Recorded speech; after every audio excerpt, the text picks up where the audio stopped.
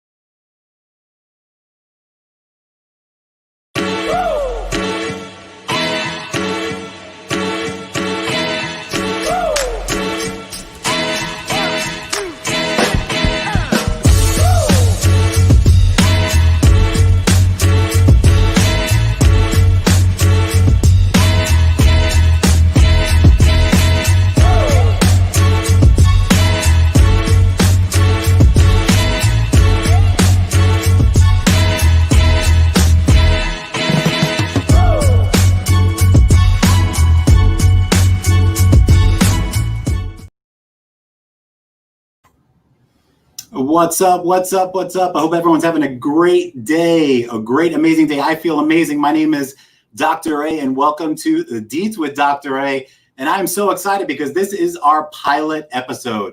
We are starting next Monday, every Monday, 6 p.m. So I chose to have one of our team members here at the Learning Liaisons, who you'll meet in a second, Sarah Hall, become our guinea pig here. So she's probably going to hate me when it's all over. I don't mind embarrassing myself. We are going to make blunders, hopefully not too many mistakes, but we wanted to try this out, this new technology with you guys. And I'm so happy that we have our special guest.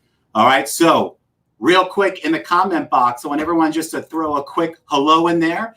We didn't really advertise this first session too much. So hopefully we have some people out there watching. So just let us know you're alive and watching us. Throw a quick hello in the box. Let us know where you're participating from. I'll give you guys a couple of seconds to do that. While you're doing that, I'm going to go and bring on my main man here, Matt. Matt, our little video producer in the back end. Let's say hi to Matt. Hey, Matt, how you doing? What's going on, guys? All right. Welcome. So, Matt, welcome. Yeah. So Matt's here to help out. He'll be popping in and out. He is the nuts and bolts of this operation. He's here to make sure that I don't make too much of a fool of myself. So, well, we'll try, right? We can't. You know me too well. I like to make a fool of myself. So, hey, Sofia, I do apologize if I mispronounced that name. All right, so we'll talk to you soon here, Matt. So what we're going to do right now is we are going to bring on, let's see, once I said we are working on this technology here for you. We're trying out all kinds of cool stuff here for you. All right, so what we're going to do here right now is I'm going to bring on our special guest, Sarah Hall. Hey, Sarah. Hey, Dr. A. Thanks for having me. I'm excited. Hey, we're excited to have you here. So why don't you introduce yourself? Tell all our viewers a little bit about yourself. All right. So like Dr. A said, my name is Sarah Hall, and I am currently in the classroom. So I teach first grade at a Title I school in Seminole County in Central Florida. I have been in the classroom I just finished up my 17th year. Which is crazy. I was just having a conversation with someone last night who's only been teaching a couple of years, and he said, it's so hard. The kids I taught are now in third grade for my first year. And I said, mine are in college. So it's definitely a different perspective. But anyways, I am the 2020 Teacher of the Year from Seminole County Public Schools. So it's been a really exciting year being able to help represent the teachers in my district. I also adjunct at UCF, so I've been teaching in the elementary ed, right? Dr. A's and I are big. Go Knights. Charge on. We're not going to say where you went to school also, too. We'll keep that. I'll keep that we'll keep that one on the DL. But but yeah, so I've been teaching at UCF for 6 years in the elementary ed program and love that. It's really fun teaching 5- and 6-year-olds during the day, and then 20-year-olds and up at night. So it's been a fun ride with them too. And I have my master's in reading education, my undergrad in elementary education, and awesome. Literacy is definitely my thing. So I if you are not new to the Learning Liaisons, then you know me as the reading specialist for the Learning Liaisons, and it's just been wonderful to be a part of that team as well. So thanks for having me. I'm sure we got a lot of teachers here probably watching from our Facebook groups and our page. Just happened to see this pop up. So, you know, Sarah came on the team in March, and she's been doing the reading K through 12 workshops for us, and our GK reading, for all you guys who don't know that. That's a certification exam that all the teachers here in the state of Florida have to take. So she focuses on the reading component of that. So we're real happy to have her here. So the title of this episode, we're going to talk about obviously the CDC guidelines and how this is all affecting COVID-19. And now that most of the schools, or all the schools, I should say, Sarah said, how many boxes of stuff did you bring home today? Not boxes. I brought home 3 carloads of stuff. I don't even know how many boxes, but 3 carloads of stuff from my classroom today. So definitely, I mean, post-planning, those days are busy days. So all day long, what was getting me through it, though, was knowing that I got to come and hang out with you guys tonight, though. Very good. And I saw Lisa said she has some of her past students' children Isn't in her that wild? classroom. You know, I'm not going to say how old we are, how old I am, or you don't need to say how old you are, but you know, I've been teaching since 2002 with my master's, and I taught 10 years high school, 10 years middle school, and taught at UCF since 2009. And I never thought I was old until in one of my courses at UCF, one of the women came up. She was probably, I would say, and no offense if she's watching, probably gonna remember this. I would say maybe in her 40s, I would say. And she came up to me at the end of the first class and she introduced herself and she said that I taught her son in middle school. And I'm like, oh my God. I'm like, yeah. And then I see all my students graduating and they're in college now. Some of them are done. So yeah, wild. It's exciting, but also makes me feel how old I really am. So on to yeah, more. I remember when it was my first semester teaching at UCF. I was telling my best friend, who's also a teacher in Sarasota County, I was telling her that, oh, this makes me feel so young again. I feel, so reminiscent being back in college. And she was my college roommate. So I was talking to her about that. And I said, Heidi, do you think when I'm walking around campus, people are going to think I'm this, student here, a young student? And she was like, Sarah, nobody's going to think you're a young student there. Let me just back myself up. But anyways, I love it's refreshing. And and I love too the older students who are doing a career change. It's a fun group to be around. Awesome. So what we're going to do here is, like I said, this is our pilot episode. So we're testing this stuff out here. So we're going to have a lot of conversational questions, and we're definitely looking for people in the comments to share their thoughts. I'm seeing a lot of guys put comments in there. Welcome. If you're just joining us, I'm seeing the numbers increase. So this is awesome. We're going to have some discussion questions, and we're going to talk about some things that the CDC posted as recommended guidelines for opening up at school. So this is going to be an educational discussion. We're not going to argue either way, just talk about the reality of the situation. And during the session, as we get into the discussions, we're going to test out something where we're going to give you guys the opportunity, hopefully at least one person is brave enough to do it, to join us on the video. It's a click of a button to pop in our classroom to give you thoughts depending on what we're talking about. We're just going to see how the flow goes. So we're going to start off easy. So I got a question on the screen, and me and Sarah will talk about it. And then we also urge you as a participant to throw your comments and questions in the box as well. So what we're going to do is let's just start the conversation. So what do you think, Sarah? What's the one thing that you've learned now that that school's closed down and you packed up your room from this whole COVID-19 situation as it refers to school and education? It's been interesting that through all of this, I've been teaching just like a lot of the people that are watching and moving to this platform of digital learning, which I had never done before. But I think that one thing that I learned, which I'm so proud of, is the fact that teachers were able to really seamlessly transition into teaching in an entirely new way, while allowing our students to really showcase their independence and how they were already able to work independently digitally. So with everything I've been doing every day, up until we moved to a digital platform, they were kind of set. And then also I think the mindset of, and just a little twist of a clarification on what a lot of people were saying is, schools are closed. And one thing that I've been really intentional to kind of add to that narrative is schools weren't closed, campuses were closed, but teachers were still teaching and students were still learning. And I think that slight shift of mindset was huge, because even though I'm here at my house and my students are in their homes, it helped me feel a little more connected, having that mindset. What about you, Dr. A?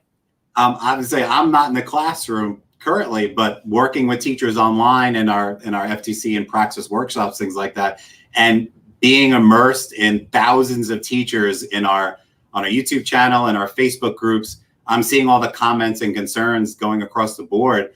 And I've learned, and I've seen some of these comments here.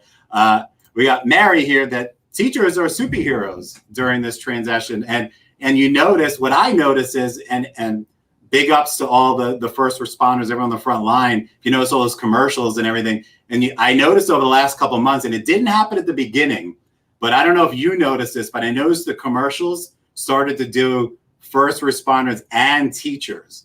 So it took them a little long to get the hang there, but definitely because you guys are watching, whether you're watching the recording or watching us here live, I mean, this is a big transition. Yeah, there are people out there that are tech savvy and they have experience doing this, but let's face it, most people don't have the experience of teaching online. Plus, I've witnessed so many mixed reviews, whether people calling me and talking about it on the phone just candidly, or in the Facebook, or any comments and the things that I see on the news, that you've got a mix. You've got teachers that love it and feel like they're more in touch with their students, even though they don't physically see them. But then you also have people that really didn't like it, and they felt like the school district didn't handle it the best way. And that's obviously a whole nother conversation. We can't control that. But I see mixed views. And overall, if you ask me which side does it lean more, I don't know. I honestly, I mean, you're in the school. I mean, what do you think? Do you think overall most teachers were happy with it, and thought maybe because they were thrown in it, the reality of it is you just got to work at it and it took some time? Or do you think there are more people that just dead against it and just thought this was horrible, we should have just shut schools down? I think that teachers overall are kind of famous for that positive mindset, right? We're like, we got to do it for the kids, and the kids need us. And it's to a fault, honestly, at some points, that we self-sacrifice for others, in good and negative ways. I mean, yes, we are in this for the kids, and we give up our personal time. We give up maybe a higher salary or whatever it is, because we are passionate about what we're doing. And I think that a lot of teachers are, we're just kind of ready to find the positive in it, which, I think helps. And then also I saw, can we pull in Elisa's comment? Hers says way too many students. I like this one. Wait, hold on. I like this Lisa's first comment, Elisa. We asked, what'd you learn during this COVID situation? Awesome, Lisa. I love your candid response that she's neurotic, right? But she did. We'll throw up our other one. I know you referred to this one. Yeah, I love it too. But yeah, where she's saying way too many students didn't participate or turn assignments in. And you know what? Something that I saw. So I have, and I think I was even telling you about this one day, Dr. A, but I have students, so 6-year-olds in my first grade class who are being raised by their grandparents. Several students in my class being raised by grandparents. And one student in my class this year is being raised by her great-grandparents. Yes. So imagine, and the caregivers told me they're in their mid-80s. So imagine really, I am far from mid-80s. I'm not close to 20 anymore, but I'm far from mid-80s. But I had to have my nieces teach me how to use Snapchat, So imagine mid-80s trying to navigate Google Classroom and Google Meet and all these things. So, I think for me, Elisa, that's a great point. And, a lot of times I think it's what's going on with the caregivers, what's going on in the home situation, and did they have that support? And you're right, it is sad that a lot of the kids didn't have the support to really be successful in this. Yeah, and it's just, and it's something that, and I'm going to be candid and transparent here. You have to understand that, and this too, that no one knows what was going on because it's never happened before. That's obvious to say. So when you asking a school district or a whole country or states to transition to this, it's not going to happen like that. Obviously it's not something that's happened overnight. There's going to be hiccups. Yes. Has it been going on for a long time? Yes. Should people pick up the slack and certain things happen when they didn't? Of course. But there are a lot of great stories I see on the news from around the country. You have the opportunity to get celebrated, right? I'm gonna put you up, rock star on there. Who called you a couple weeks ago? Can you tell everybody who called you? It was you, right? Wasn't it you that? I did. I got a really exciting call from the United States Secretary of Education, Betsy DeVos, and that was enormous. So she called me to say Happy Teacher Appreciation, and that the Florida Department of Education had told her that I've been doing my part to pave the way in digital learning across Florida, which was a huge compliment. It was really exciting. I'm so excited that we met and you're on the team here and you're doing amazing things, and I can't wait to see what happens in the future. And I put Camille from Polk County says many students didn't have access to the internet, and it is a sad reality. That's a whole nother discussion for another time, possibly a good topic to maybe talk about. But yeah, it is sad. Some people have it, some people don't. I do like all the companies like Spectrum and things like that offering, especially for teachers to give the free access. But then again, that requires them coming out and installing. So I don't know what happened with those situations, but it is a sad reality. And I know I've spoken to some teachers, actually some parents of kids in certain schools where there was nothing online. It was a bunch of packets. They email packets, they had to go pick up packets. And, we all know that, it's more impactful to be in the classroom or at least being engaged, whether it's online via something like this or in front of a teacher. But packets at home, you don't know what's going on. There's no real learning taking place. Forgive me if you disagree, but, as an educator for so long, there's got to be some engagement going on. You can't just read something and memorize it. So that put a lot of people at a disadvantage, and who knows what's going to happen when schools start. They talk about the summer slide, right? I'm sure you heard that, Sarah. Yes, so definitely. It might even be a bigger slide since March. I don't know the exact date offhand.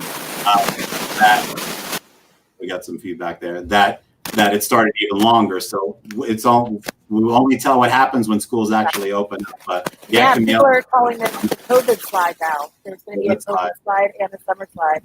All right, we just got a new one. So were you going to hit up Ben's? Yeah, we're going to talk about it. Benjamin said, completely honest, the online only structure didn't work for primary grades, K through, and you're a primary teacher too, so you could probably answer to that. Primary grade educators only saw a handful of their roster from March through now. I feel bad for the little ones. What do you think about that, Sarah? Yeah, it was hard because they are completely dependent on their caregiver to get them online. And yes, they have some digital independence, but I always kind of think of it too. When I was 6 years old, if my caregiver was my mom and dad at that point. So as a 6-year-old, if my mom and dad hadn't said, you're doing your work, where's your homework? Let's go. We're going to read. What 6-year-old just independently, intrinsically says, I want to do some work today. I want to read, do some math today. So if they don't have a caregiver making them do that, then what our youngest learners, which of them are really going to ask to get online? Yeah. All right. So let's do this. Let's transition a little bit. I'm going to throw some of these. What we did here is I've got, I literally copied and pasted. We're going to cycle through some statements, some questions that Sarah came up with too that we can talk about. But at the title of the presentation, we talk about the CDC guidelines. So remember, this is just a conversation. So all I did is I copied and pasted straight off the CDC website. And what I'll do is we'll talk about a couple of these. We'll cycle back and forth. But one of the first things that they state, and I'm sure you guys have seen things, obviously, we probably have mostly educators watching now. So I'm sure you saw all the people posting things and sharing things on social media about the CDC guidelines. I think they came out like last week. One of the first things, if you go to the CDC website, is they state that recommended. This doesn't mean that your school district is going to do it. And keep in mind that if you're a classroom teacher, whatever state you're at, whatever district you're at, and I have some professors and stuff at universities I work with for some of our courses that former superintendents. And I thought for myself, I'm like, well, if they come up with something as a state, doesn't everybody do it? And the answer is no, that different districts are going to have their certain rules. Yes, some might be similar, but it's up to the school district to implement whatever guidelines they want. So one of the recommended guidelines that the CDC put as number one is that they reduce, obviously, the class sizes. They do small activities, events. Groups of students stay together with the same teacher throughout and across school days, and groups don't mix, and obviously students stay at least 6 feet apart. So I think the best way, Sarah, to kind of talk about this is that let's talk about the different grade levels, because obviously this is going to look different at different levels when we talk about elementary, middle school, and high school. So what do you guys think? So you're in the elementary school system now, Sarah. What do you think when it comes to our K through 5 students? I mean, what do you think this is something that's possible? What are your thoughts? The first things that pop out of me are if you are staying with the same teacher and groups don't mix, then, a lot of conversation is swirling around. Okay, so then, are we eating lunch in the classroom every day? And then also specials teachers, are they coming to the classrooms? As it is, a lot of schools combine classes for specials. So 2 classes go to music, 2 classes go to art. There aren't enough, when you look at budget, do we, and this is kind of, not to get too far into this, but just, some things that are going to have to be considered are, if before this there wasn't the budget for one class to go to one special every day, then, what is this going to look like moving forward? And then, can I be honest? One thing that I keep swirling my mind around is recess. What would this look like for recess, and which is an important part of the day? Yeah, and I'll kind of jump to that the next one, because I copied and pasted off their website. They talk about that to kind of jump ahead. When it comes to lunch and recess, there is none. They recommend that, for example, lunch, kids have it in the classroom, and I'll put those exact words on the screen here in a second. But yeah, definitely the fact of keeping kids in the same room. When you talk about elementary, that's kind of, with the exception of specials, isn't it safe to say that typically they do stay in the same room for most of the day? For most of the day. But when we go to middle school and high school, that's a different ball game, because you got kids switching classes. If they're on block periods or they're on a 7 or 8 period schedule, you're talking about constant changes. Now the recommendation is that you stay in one room. There is no lunch. You eat lunch in the classroom. And Benjamin had a question here. And to answer your question, Benjamin, it is just a recommendation. So it's kind of like the CDC recommending that everyone wears masks now in public, but it's not a requirement. But certain businesses, like here at the Costco's around my house, I'm sure that's across the country, you can't go in without a face mask. So it's not law, but they make it law for their company. So when it comes to school districts, based on what I've been told from former superintendents, and I could be wrong, but that's what they told me, is that it's going to depend on the school district. So if the district wants to make something a requirement, they're going to do it. They're just recommending, the CDC is recommending certain guidelines to be followed. So that's a great comment or / question, Benjamin. Thanks for sharing. But and he also commented about grade 7 and up. So let's turn the conversation to our middle school and high school students. I mean, do you think that it's easier to do something like this with elementary versus middle and high school? Or do you think it's all just a bunch of organized chaos? What do you think? I mean, I'd love to hear what people in the chat box, or if they can chime in about this, because, I can speak for elementary, but I would love, this would be a great opportunity for someone to share, if they're in secondary ed, what they think this could look like for them. And then I know that's your background too, Dr. A. Do you have any, I mean, being a middle school and high school teacher, what do you think? Honestly, if I taught 10 years in middle school and high school, and I'm trying to do this, and Matt's helping out too. This is the first time, so we're learning. I'm trying to take down the question real fast, because I got the overlay on it. You want to help me out, Matt? There you go, and put up the. There we go. There we go. Right, hold on a second. Thank you, Matt. You're the man. See, I told you we're testing this out. Don't laugh. All right, here we go. So what we do is, as we keep this conversation going, I just want to test something out here. It's going to be really cool, or an epic fail, hopefully on the really cool side. If you want, we want to hear from you too. As we're having this conversation, we're scheduled from 6 to 7.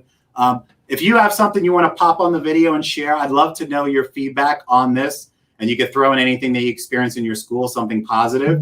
But more importantly, what your thoughts are on something like that is going to look like in the school, meaning staying in the same classroom and not transitioning. So we're going to make it real easy while we keep the conversation going. I got our text number on the screen. So if you want to pop in the video, literally text me at that number. I'm going to send you a link. All you have to do is click on the link, and you're going to come into the classroom. So as we keep going, I'm going to keep my phone here, keep paying attention to this. But we'd love someone to be a brave guinea pig. Yeah. We've got a bunch of people watching. So if you want to be a brave guinea pig, go ahead and text that number on the screen while we keep going here. But when it comes to high schools, someone could say, well, 6th grade through 12th grade, they all transition. But we're talking about 6th, 7th, and 8th grade. And I taught middle school. And when people ask me, what do I think about middle school? I have a definition for middle school. When people ask me, what's your definition of middle school? I tell them, easy. I'm like, you have a classroom full of kids that some think that they're 5 years old and some think that they're 25. That's my definition. You can laugh, you can argue with me all you want, but I have seen the craziest stuff. If we have any middle school students there, please go ahead and middle school students, middle school teachers, if you agree with me, go put a yep in that comment box, because I taught middle school for 5 years, and that's how I quantify that. it's a little different when we talk about high school students. Are they a little more mature? Some of them. But I really think, my opinion is if we got a yep in there already, that was fast. My opinion is I think high school students would be able to handle a little more if that was the reality. Will it get tiresome after a while? Yeah. If the teacher is not engaging and they're one of those teachers that's kind of like, oh, this is miserable, blah, blah, blah, and the kids feed off that, I think it'll turn into a bad situation. But I think it comes down to the instruction also. I mean, I don't know if you can agree with that too, but if you got an effective teacher in there that's keeping them engaged, keeping them occupied, it's going to be a good environment. But then again, the reality is that they're stuck with you, whoever that teacher is, all day long. Versus middle school, you got hormones raging and all that craziness going on. So I don't know if across the board, I would think that elementary school would be able to deal with that a little better. I don't know what you think about that. It'll be interesting to see. I mean, because then you are looking at things like certification, and obviously, if somebody is certified, so like I'm certified K-12 reading. So let's say I'm teaching 10th grade ELA. I'm not certified for students to stay with me all day and teach anything else. So are teachers moving classrooms so that there's less people in the hall? Are that, Yeah, I didn't see that on there. That's a good idea. I don't know if I read through the CDC guidelines. That's a good point that the kids might stay in the same place, but the teachers rotate. Right. Right. So that'd be a good idea. But then again, teachers, I don't know about you, but my classroom is kind of like my home. So if I got to constantly change room, it's kind of like, how do I have some stability? Right. So that could be the other side of that. Yeah, it'll definitely be different. That's for sure. All right. So nobody's texting me yet. It's okay. I won't hold Come it on, against you. guys. It's fun. We're nice. We promise. There we go. So let's switch it here. So they also put on there as the guidelines about face coverings, and they recommend that all staff and students, and I put in parentheses there, especially older students, assuming that they mean middle school and up, as feasible. Most essential in times when physical distancing is difficult.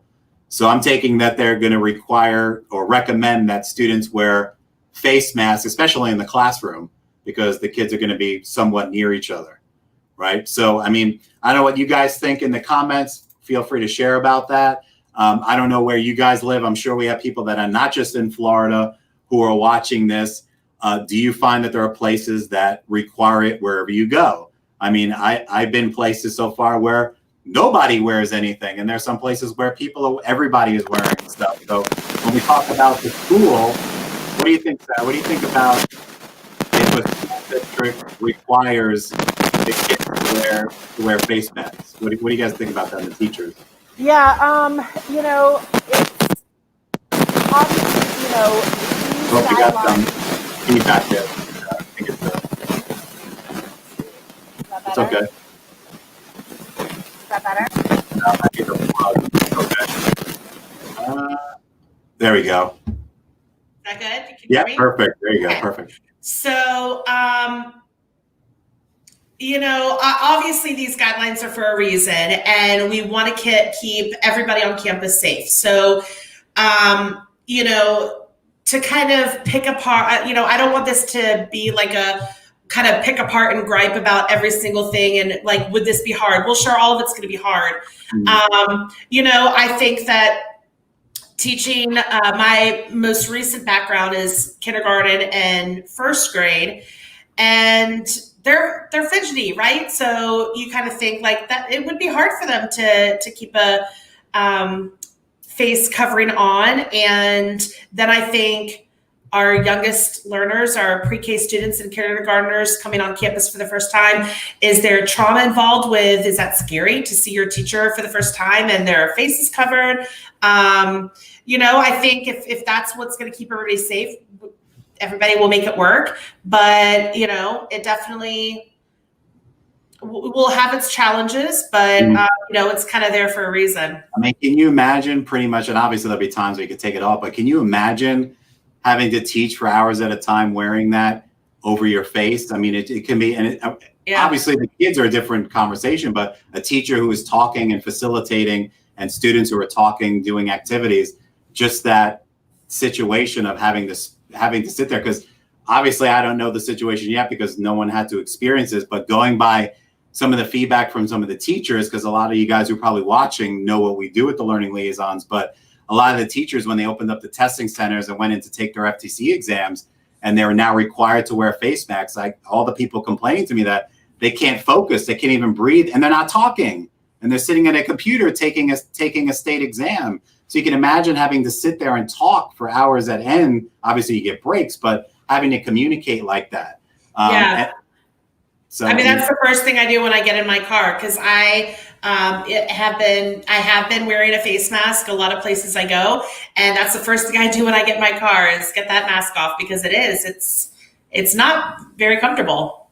We see Benjamin put the comment on there about the sneeze guards. That's something I noticed when we going into all the stores now, that they call me mean, but I think it's funny. I went into somewhere today, and they had very skinny guard right there, literally probably like maybe 1.5 or 2 feet wide. But it's like you stand in here and you stand in here. It's like, where's the protection? But I get the philosophy behind it.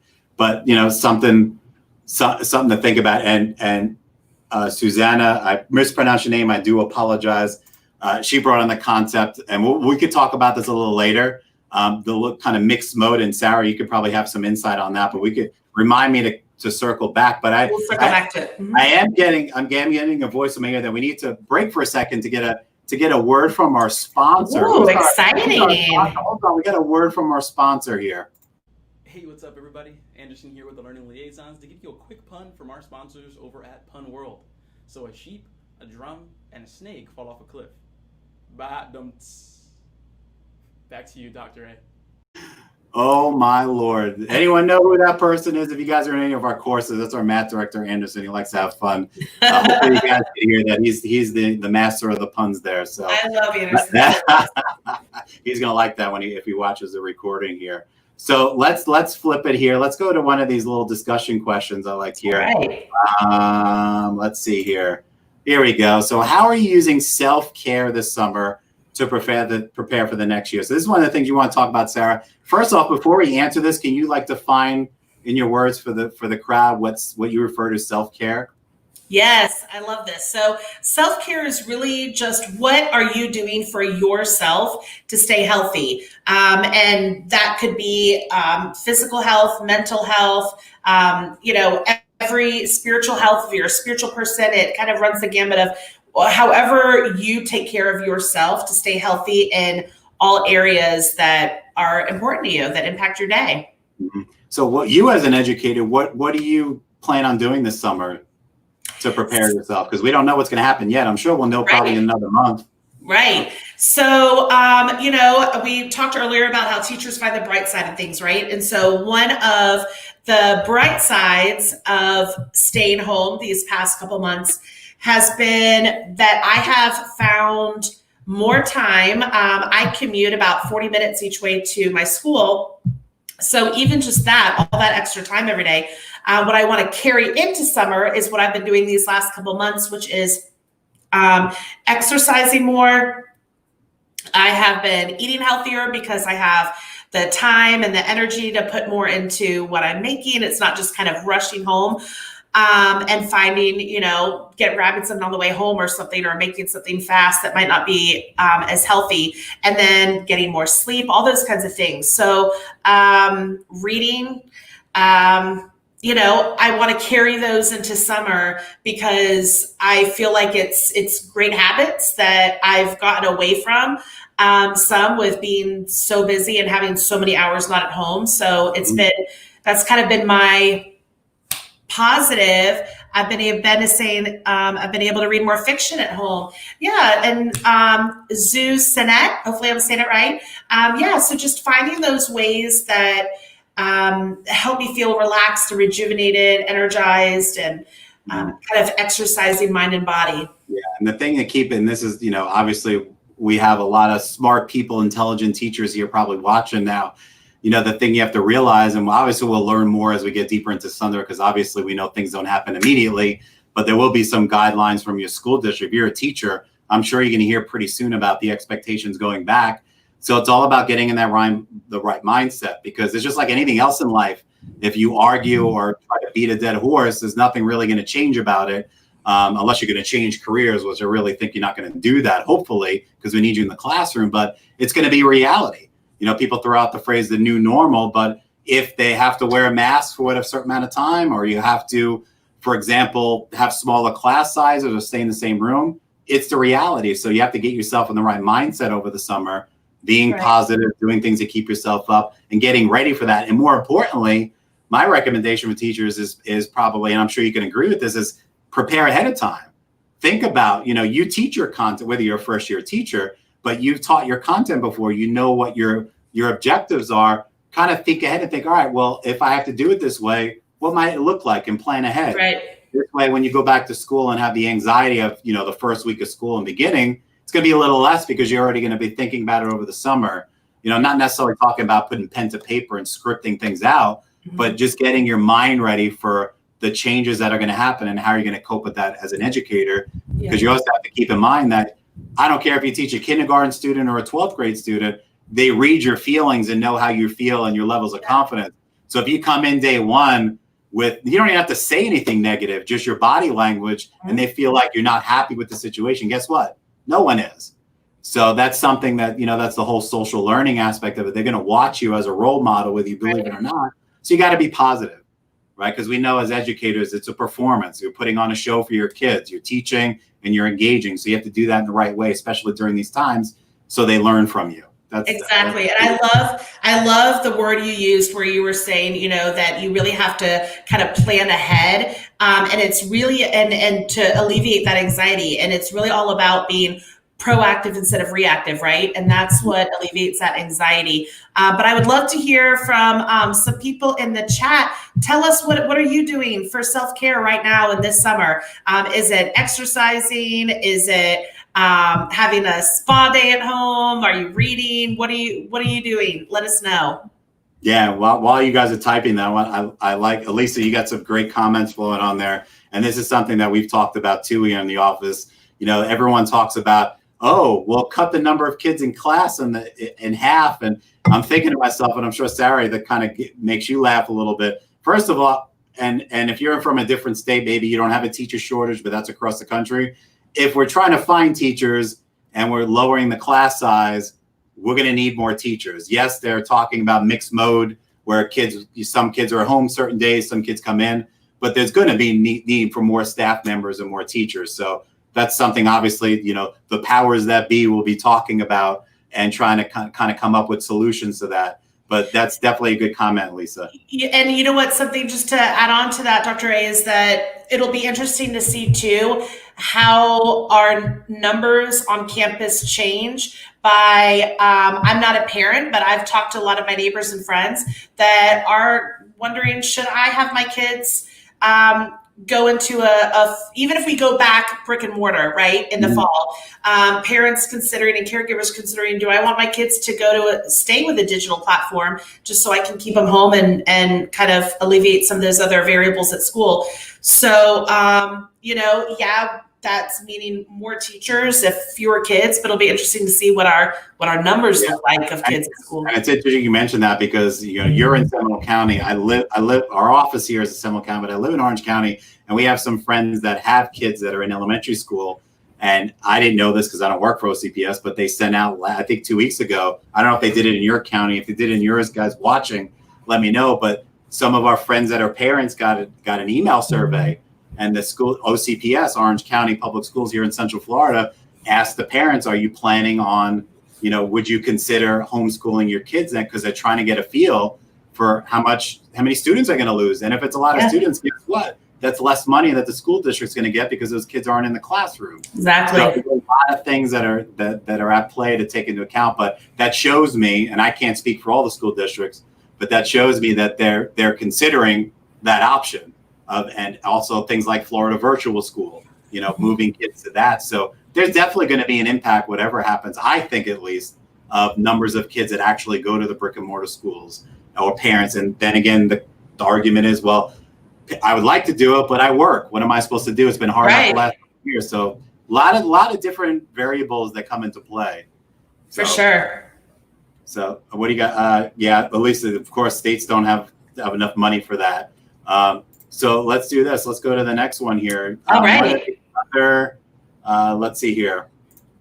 And someone mentioned this before a little bit. One of the third CDC guideline is that constantly disinfecting things, playground equipment, door handles, stick handles, drinking fountains within the school and on the buses at least daily or between use. So constant cleaning going on. I've seen stuff like, for instance, as an example, the gym that I go to, I don't know if you guys can speak to this too, but I really don't like this COVID thing because I haven't exercised since the beginning of March and I put back a bunch of weight. Can you guys give me a yes if you have experienced that too in the comment box? But I got the email from our gym saying, because they're opening up June 1st, is that they have certain hours where they're going to be open 3 hours, closed an hour, open 2 hours because they're going to clean. During the day, you're not allowed to be in there. So maybe that's something that's going to happen. So it's kind of curious to see what this is going to look like if it happens. Remember, these are recommendations from the CDC. So I don't know about you,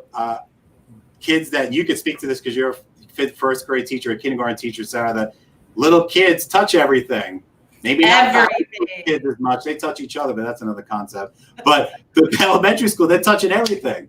So really, what are you going to do? Follow everybody? You know, that's a whole conversation. But I mean, what do you think about that? Do you think that's is that feasible to sit there and constantly being clean and everything and doing everything?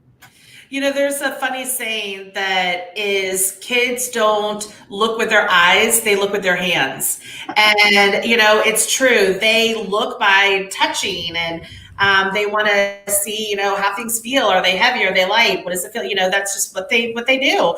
And, kind of a twist on this too is, yes, there's going to be the constant cleaning and all of those kinds of things. But, a huge part of kindergarten and first grade is learning those social skills of sharing and taking turns. And, so it'll be and definitely an effort to find creative ways to still have, students learn those social skills when they're not sharing anything because, it's going to be that constant cleaning. And to alleviate some of that cleaning, it's everybody just have your own crayons, your own, no kind of, we call them community supplies, no community supplies, right? We can't share pencils no more, nothing like that. Yeah.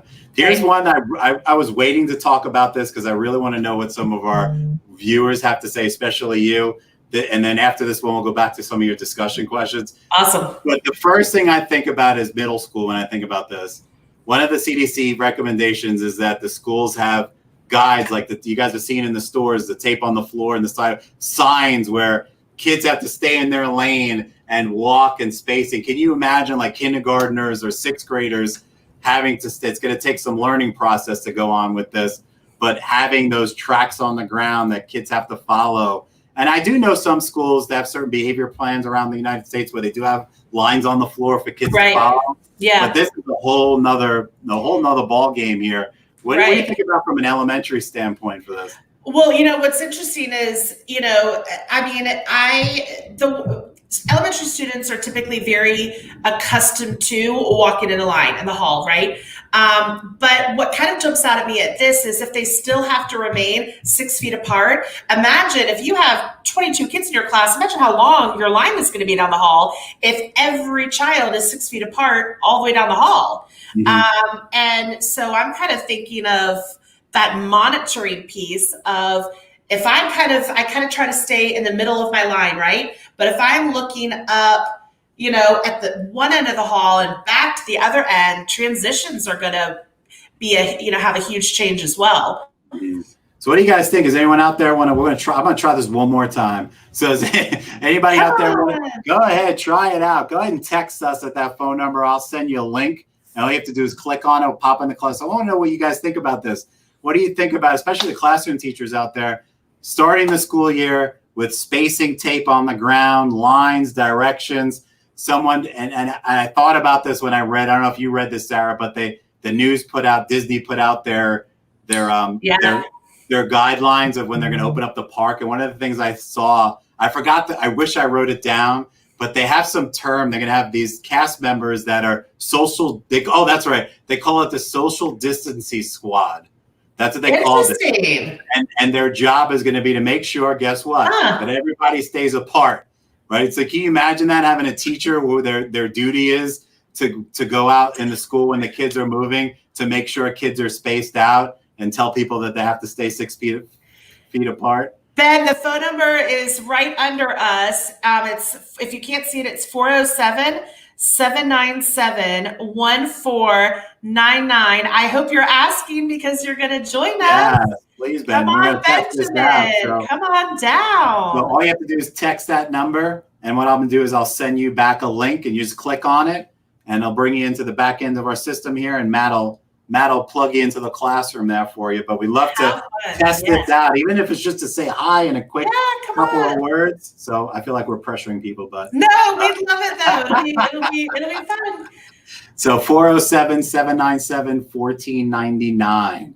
Yes. So just text that number and I'll send you a link. So, I mean, what do you think about that, Sarah? Having tape on the ground and having teachers making sure kids stay apart. You think that's something that's realistic? So, okay, if we have tape on the ground and students are walking in a line on the tape, I can see that not being any kind of an issue, stay on the tape. And most elementary students are super compliant with that kind of thing. We walk in line in the hallway and all of that. But I'm more thinking the challenge will be in keeping them 6 feet apart down the line, because if you're moving down the hall, how do you have any kind of space markers that elementary students would understand as far as when the person in front of you is here, you should be here, right? I think that's the tricky part.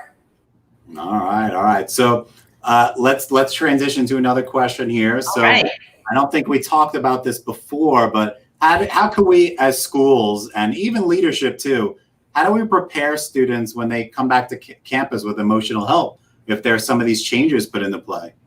What do you think, Sarah? Well, first let's break down emotional health. So when we talk about emotional health, we're saying we want students to feel, think of those first immediate needs that we want them to feel on campus. We want them to feel safe. We want them to feel accepted. We want them to feel excited about learning.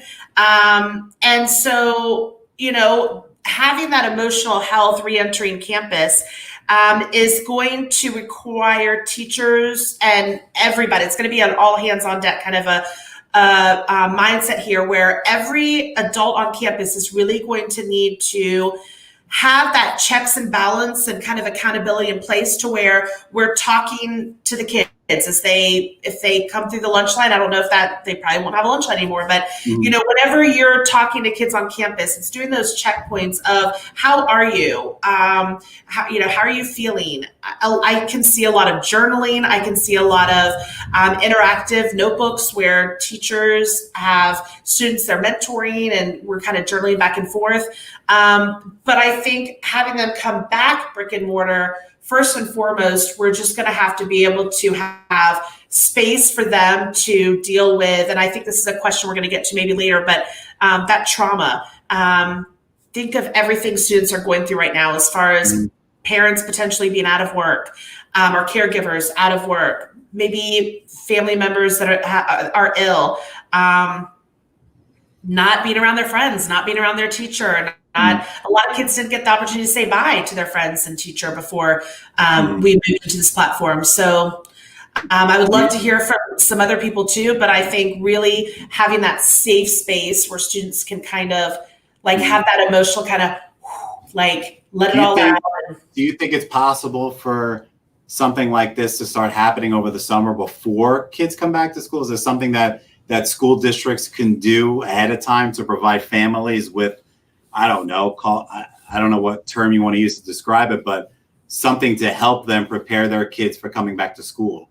I mean, is it something that's just going to be wham, first day, let's jump into it and see what happens and help kids as they need it? Yeah, it's an interesting question. And I think that something that I've kind of been advocating for is for caregivers to really start those conversations now.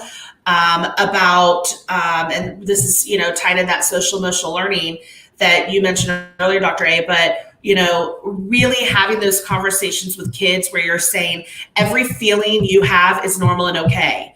How you deal with it is important. We need to find healthy ways to deal with all these emotions.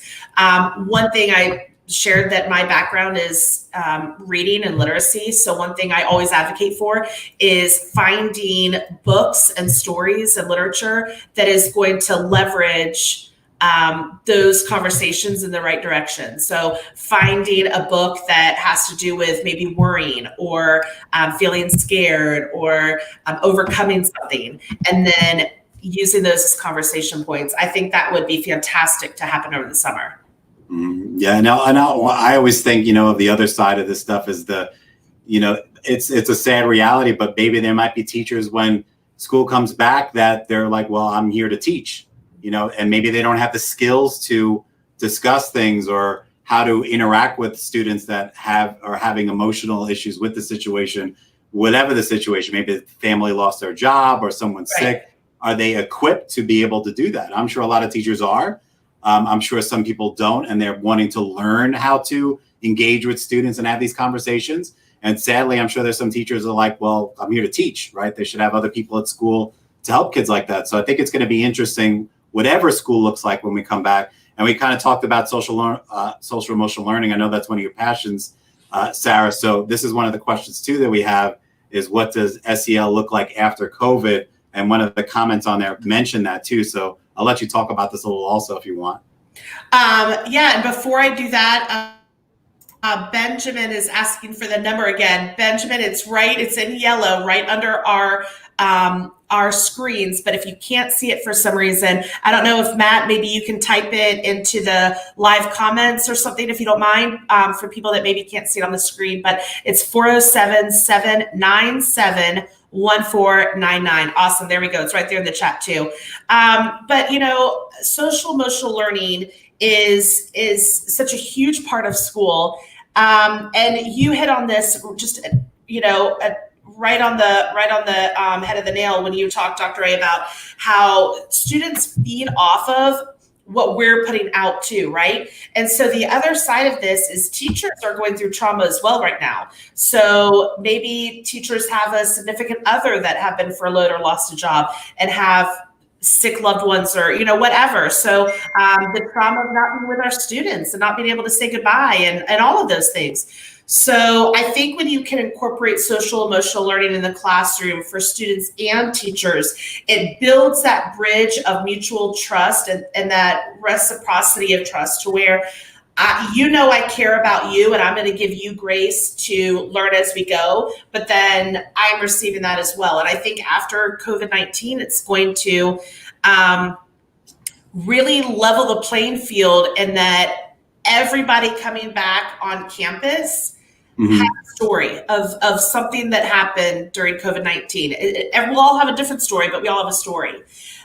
So I think that really being able to have a safe place to let those stories out, but then that social emotional learning is going to be for teachers and students. How do we deal with that in a healthy way? And Ben, big ups to Ben. Ben, I sent you the link. So he agreed to be a guinea pig here for us on our pilot episode here.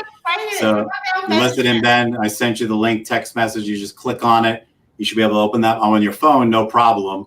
And then we just got to let you in the classroom. So once you go ahead and click on that, we'll let you say your piece. One of the other things we can talk about too, while Ben is coming in, I'm sure he can give some thoughts on it. What do you think from an administrator standpoint? What do you think a school leader needs to be aware of? Obviously, it's going to be different circumstances comparing to a classroom teacher. What do you think they need to be aware of or consider when coming back to campus in the fall? What do you think about that?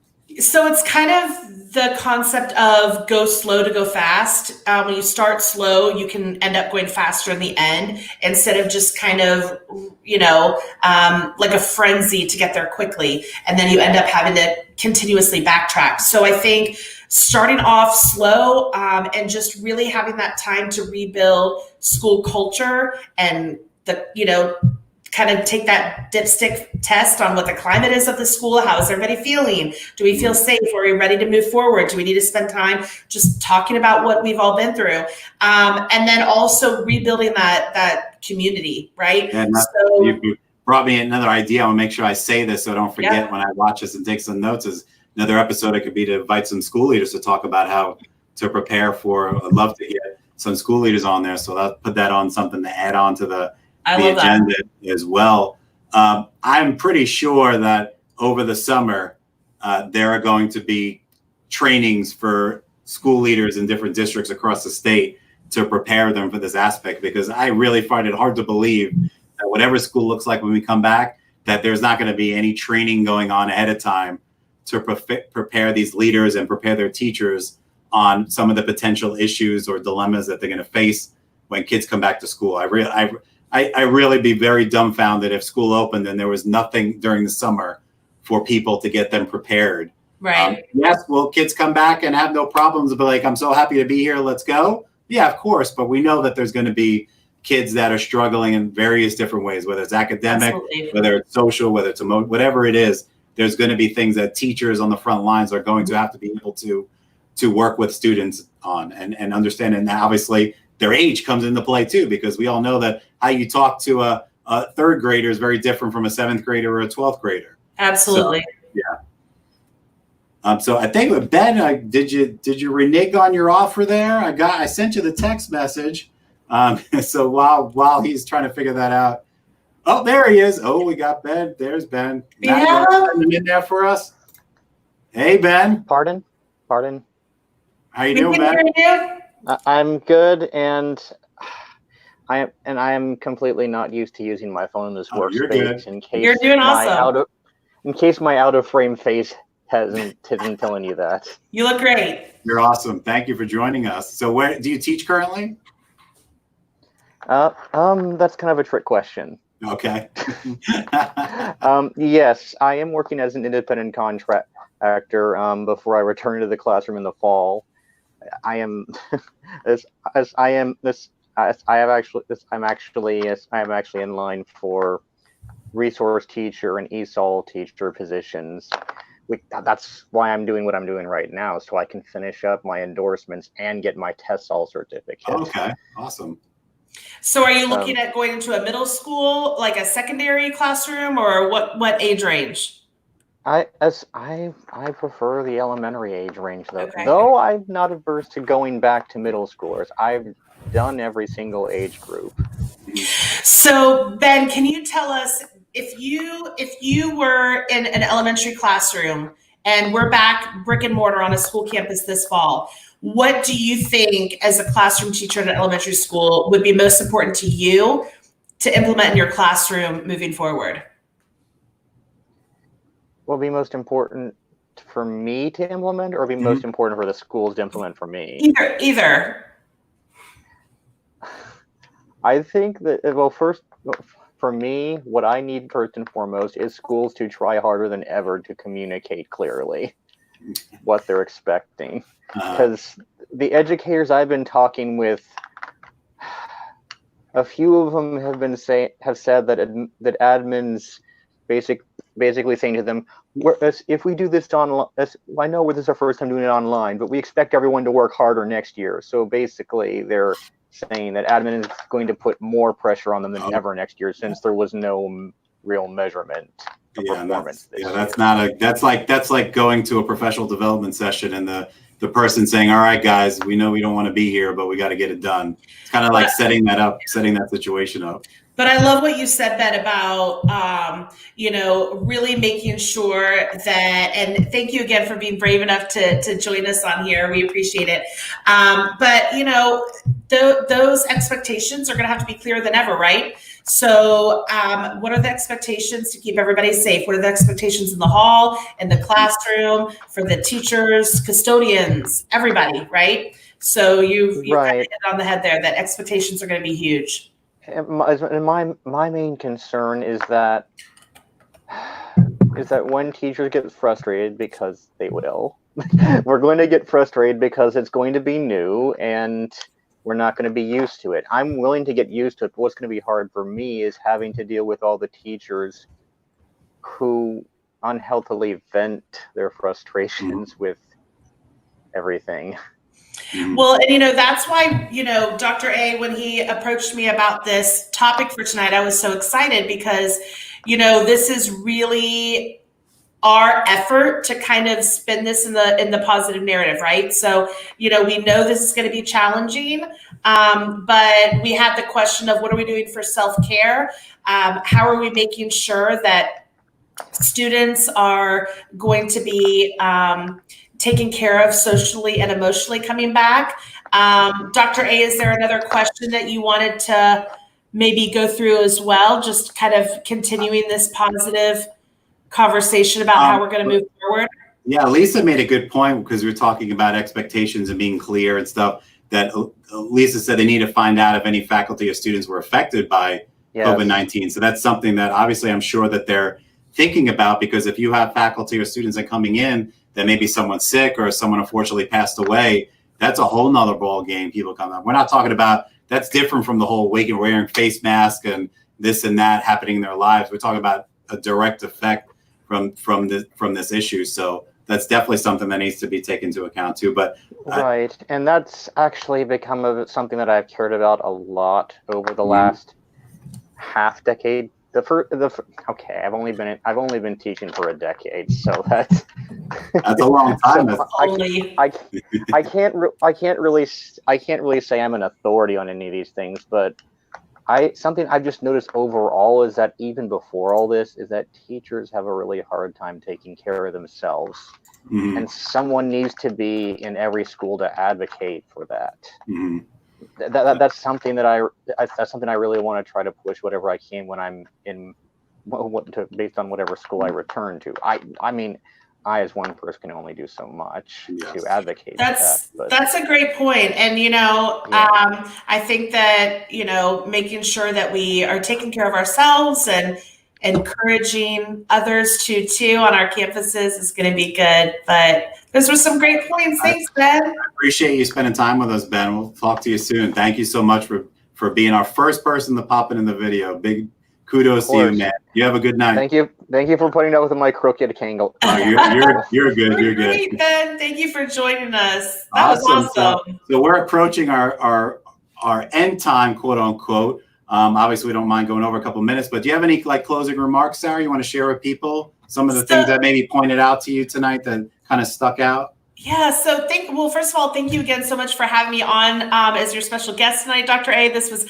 so exciting. And I think that, just being part of these conversations is going to be huge, because the more we share ideas with each other and encourage each other to find the positive spin in all this, it's going to continue to just elevate what we're putting out to our students as well. So one last thing I want to share is I had a book that I actually wanted to plug. Something that I think that would be great for, we talked about some of us as self-care or reading over the summer.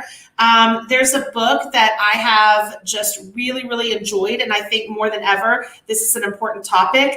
The book is called, I'm going to show you the cover in just a second. I'm going to read it first. The book is called Fostering Resilient Learners, Strategies for Creating a Trauma-Sensitive Classroom. This is written by Kristen Sowers and Pete Hall, no relation to me, but a really great book. So here's the cover. Let's see if I can kind of frame it well. Okay. That's so perfect. If anybody wants to check that out, again, it's Fostering Resilient Learners, Strategies for Creating a Trauma-Sensitive Classroom. And I think anything we can do, that book, any other book, it's just a book that I've enjoyed, but anything we can do to come back with our students, whether it's digitally or face-to-face, but understanding the trauma that potentially some of our students have been through, and then how to really give them that safe space to move forward in a healthy way is going to be huge. Awesome. Oh, Lisa, have you read it? She said, great book. Have you read it, Lisa? That's awesome. All right. Well, thank you. I respect everyone's time here. So we're going to slowly wrap this up. I want to thank you, Sarah, for spending time with me here and sharing your insight with all the teachers watching, and especially those who are watching this recording. It's going to be on our YouTube channel as well. And we're going to start a podcast with these also, so you can keep these with you. So we're going to be doing this every Monday night at 6 p.m. So thank you, Sarah. All right. So you have a good night. Thank you so much. I enjoyed. Oops, sorry, I just bumped her out. Sorry, Sarah, if you hear me, I prematurely clicked that, so I do apologize. But before we sign off here, what we're going to do, our first episode, this was our pilot episode. I want to thank you guys for joining us. for our teachers out there, all the episodes that we're going to be doing, they're not going to be certification based. That's what we do here at the Learning Liaisons. They're going to be education based. So next week, our first quote unquote episode is going to be featuring about certification. We brought on teacher certification expert to our team here, Ms. Lisa Raymer, formerly of Teachers of Tomorrow. And we're going to be talking about the teacher certification process. And you guys are going to be able to ask questions. So I know I loosely sent this out to the groups in our group, so I applaud all the people who are watching. We might have got some random people popping in and out. So next week is going to be about how to become a teacher. For our upcoming episodes, I'm going to go ahead and post that on our Facebook page. So if you are not a fan of our Facebook page, just fine, search the Learning Liaisons. And we're going to post a link to our upcoming episodes. We have everything planned out until the second week of August. We got some Teachers of the Year coming on. We've got some consultants, national bullying experts. We've got Lisa next week. So we're going to post a link to all of the upcoming events. And I'll leave you with this. And I love to see your comments in the box before we sign off.